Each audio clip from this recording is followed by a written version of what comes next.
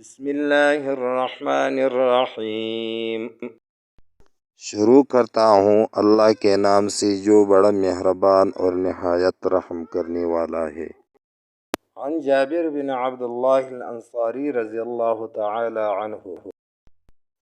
جابر بن عبداللہ الانصاری رضی اللہ تعالی عنہ سے روایت ہے،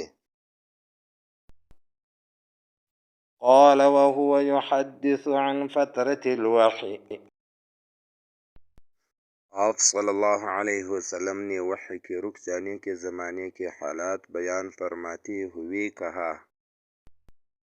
وقال فی حدیثه بین انا امشی اذ، ایک روز میں چلا جا رہا تھا کہ اچانک میں نے آسمان کی طرف سے سمعت صوتا من السماء فرفعت، ایک آواز سنی اور میں نے اپنا سر آسمان کی طرف اٹھایا، کیا دیکھتا ہوں؟ بصری فإذا الملك الذي جاءني بحراء، کہ وہی فرشتہ جو میرے پاس غار حرا میں آیا تھا، جالس على کرسی بین السماء والارض، وہ آسمان و زمین کے بیچ میں ایک کرسی پر بیٹھا ہوا ہے۔ فرعبت منه فرجعت فقلت زملونی،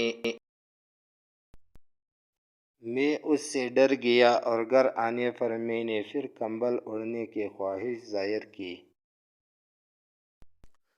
زملونی فانزل اللہ تعالی یا ایہا المدثر، اس وقت اللہ پاک کی طرف سے یہ آیات نازل ہوئی، اے لحاف اڑ کر لیٹنے والے،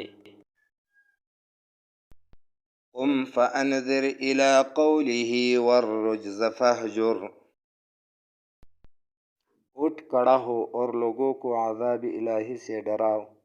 اور اپنے رب کی بڑائی بیان کر اور اپنے کپڑوں کو پاک صاف رکھ کر اور گندگی سے دور رہ۔ فحمی الوحی، اس کے بعد وحی تیزی کے ساتھ فی در فی آنے لگے۔